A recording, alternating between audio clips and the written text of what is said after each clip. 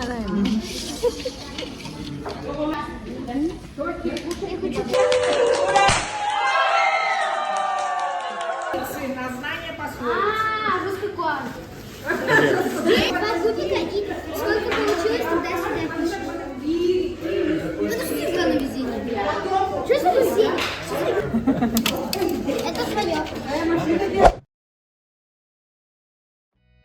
สวัสดีค่ะทุกคนวันนี้หลุยจะพาไปดูงานวันเกิดของมิชากันค่ะเมื่อวันที่3 ตุลาที่ผ่านมามิชาครบ3 ขวบแล้วปีนี้พิเศษมากเพราะเป็นครั้งแรกที่ได้จัดวันเกิดที่อาคุสเลยบาบูชก้าเขาเป็นแม่งานใหญ่เลยค่ะจองห้องจัดเรียงไว้ให้เรียบร้อยและหลุยกับบาบูชก้าก็ช่วยกันทำอาหารไปเองมีซื้อเพิ่มเติมอีกนิดหน่อย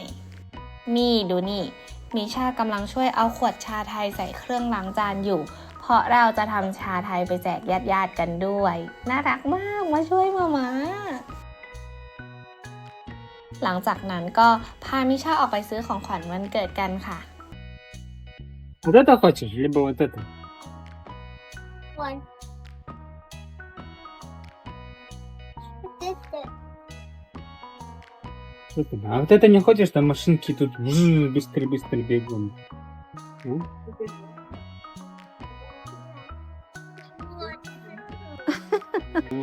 Вообще. Что ты хочешь?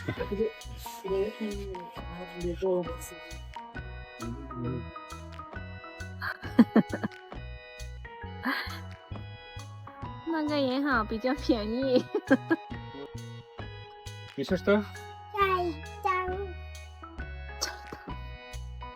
ใครจ่ายให้ใครจ่าย妈妈， ให้หมาจ่ายตังค์เหรอลูก 我 เอาอันนี้นะสรุปใช่ไหมไม่เปลี่ยนแล้วนะ ไม่เปลี่ยนใจนะเอาอันนี้นะโอเคไปถือไปเลยครับถือไปไหวหรือเปล่า เอาไปจ่าย เอาไปจ่ายเงินกลับมาถึงบ้านมิชานั่งต่อของเล่นกับป๊าป๊าอย่างตั้งใจถูกใจเจ้าเด็กเขาแหละเนี่ย Миша. เนี่ยก็เนี่ย我的大เนี่ย高哎มิชาพูดอะไรลูก เนี่ย เนี่ยแปลว่าอะไรลูก แปลว่าให้หวัดเบื่อแบบนี้ ส่วนหลุยก็ไปเริ่มเตรียมเบเกอรี่กับชาไทยค่ะเริ่มทำตั้งแต่3 ทุ่มเสร็จอีกทีคือ1:30แล้วบาบูชกาก็มาแปะมือใช้ครัวต่อเลยวันรุ่งขึ้นช่วงเที่ยงหลุยก็ทำยำวุ้นเส้นกับต้มยำกุ้งส่วนบาบูชกาก็ทำอาหารรัสเซียอีกหลายอย่างเลยนะ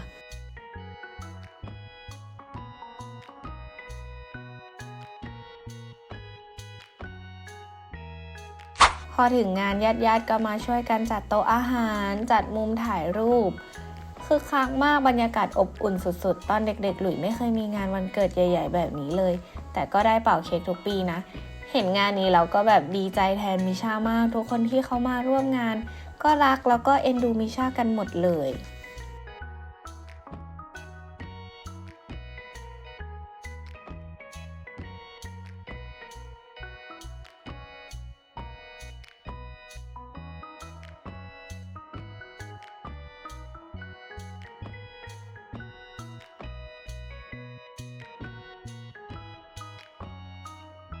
ระหว่างกินข้าวไปก็มีญาติมาอวยพรมีของขวัญมาให้เด็กๆที่กินอิ่มแล้วก็ไปวิ่งเล่นกันต่อแล้วก็นี่ค่ะตอนถ่ายรูปรวมวุ่นวายสุด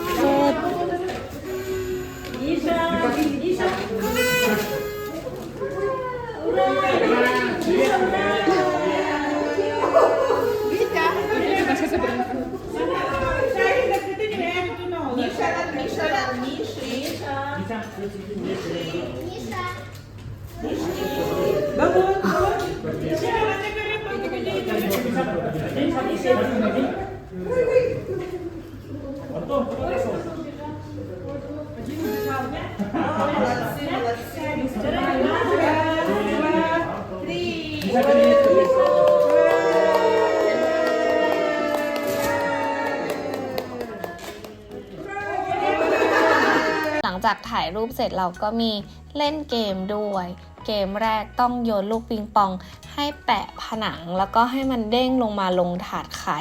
ถ้าทำได้ติดกัน2หรือ3ลูกเนี่ยแหละก็รับรางวัลไปเลย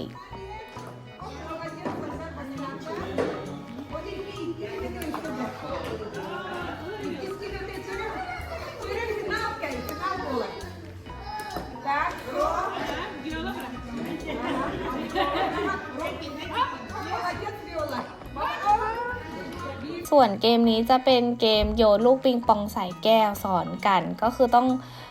โยนให้ครบ3ลูกถึงจะได้รางวัลค่ะ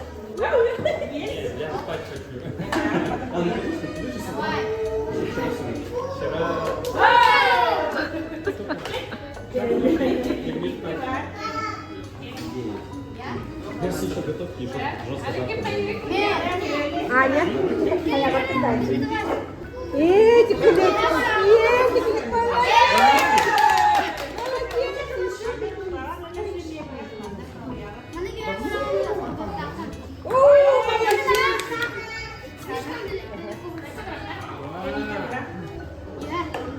молодец, в следующий раз стоял.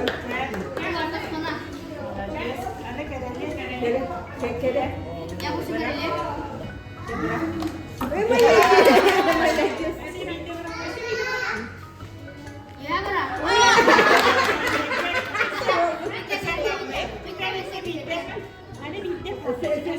Eseri halla.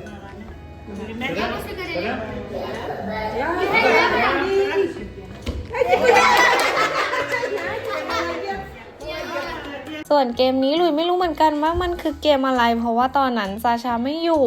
แล้วตอนตัดคลิปก็นั่งตัดคนเดียว ก็เลยไม่รู้ว่ามันคือเกมอะไรแต่ว่าคิดว่ามันน่าจะสนุกแล้วก็ถ้าใครรู้ว่ามันคือเกมอะไรก็คอมเมนต์บอกลุยหน่อยนะ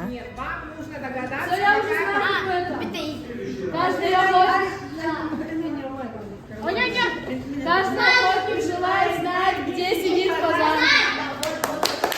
Для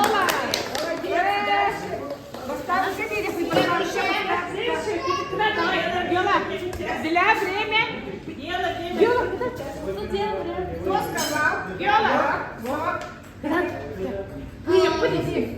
Следующее. Без труда и вытащишь веревку из фазана.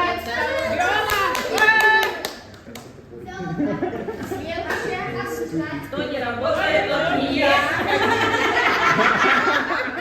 Я работаю, поэтому это сложнее. Сегодня ты что, счастливый? Без Пейте! Девчонки! без песни, без песни. Что Соловей без песни? Да. Это общее все. Следующее.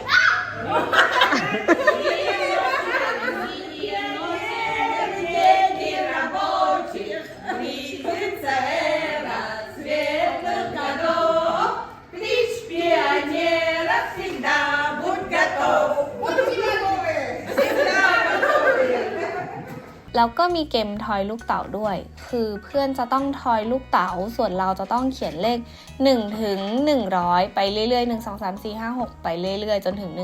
100แต่ถ้าเพื่อนทอยลูกเต๋าได้เลขเหมือนกันอย่างเช่นเลข11 22 33อย่างเงี้ยเราก็ต้องหยุดเขียนแล้วก็ต้องเป็นคนทอยลูกเต๋าแล้วเพื่อนที่อยู่ข้างๆเราก็ต้องเป็นคนเขียนเลขทำต่อวนไปจนมีคนเขียนถึงเลข100ก็จะเป็นผู้ชนะ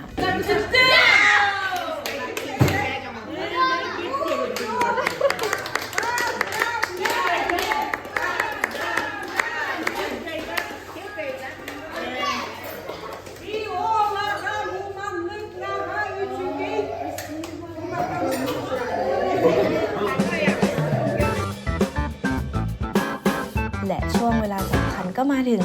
ตัดเค้กกันค่ะมิชาตะลึงเลยเพราะว่าเป็นแม็กควีนตัวโปรดของเขาข้างในเป็นเมโดวิกอร่อยมากยังคงเป็นเค้กที่1ในใจหลุยเสมออร่อยแบบอยากจะกินทุกวันจะเครซี่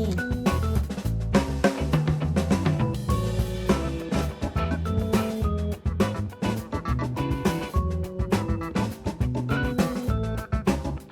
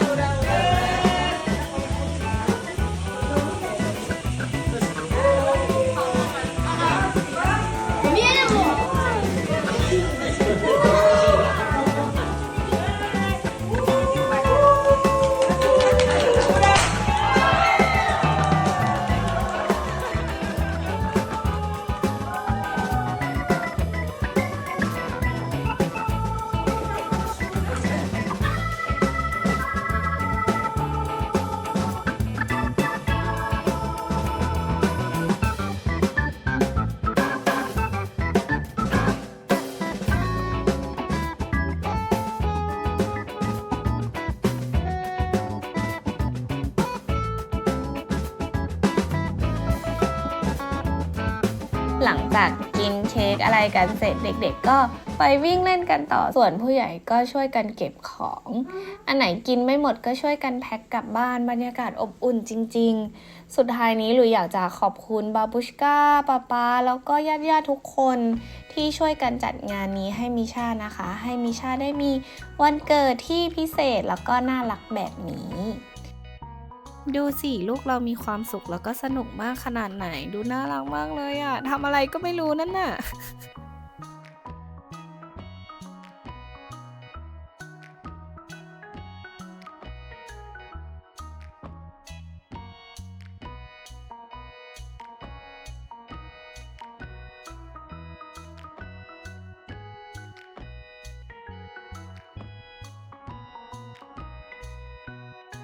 ใครดูมาถึงตรงนี้ก็ฝากคอมเมนต์อวยพรวันเกิดให้มิชาแล้วก็เอ็นดูมิชาหน่อยนะคะ แล้วเจอกันคลิปหน้าสวัสดีค่ะ บ๊ายบาย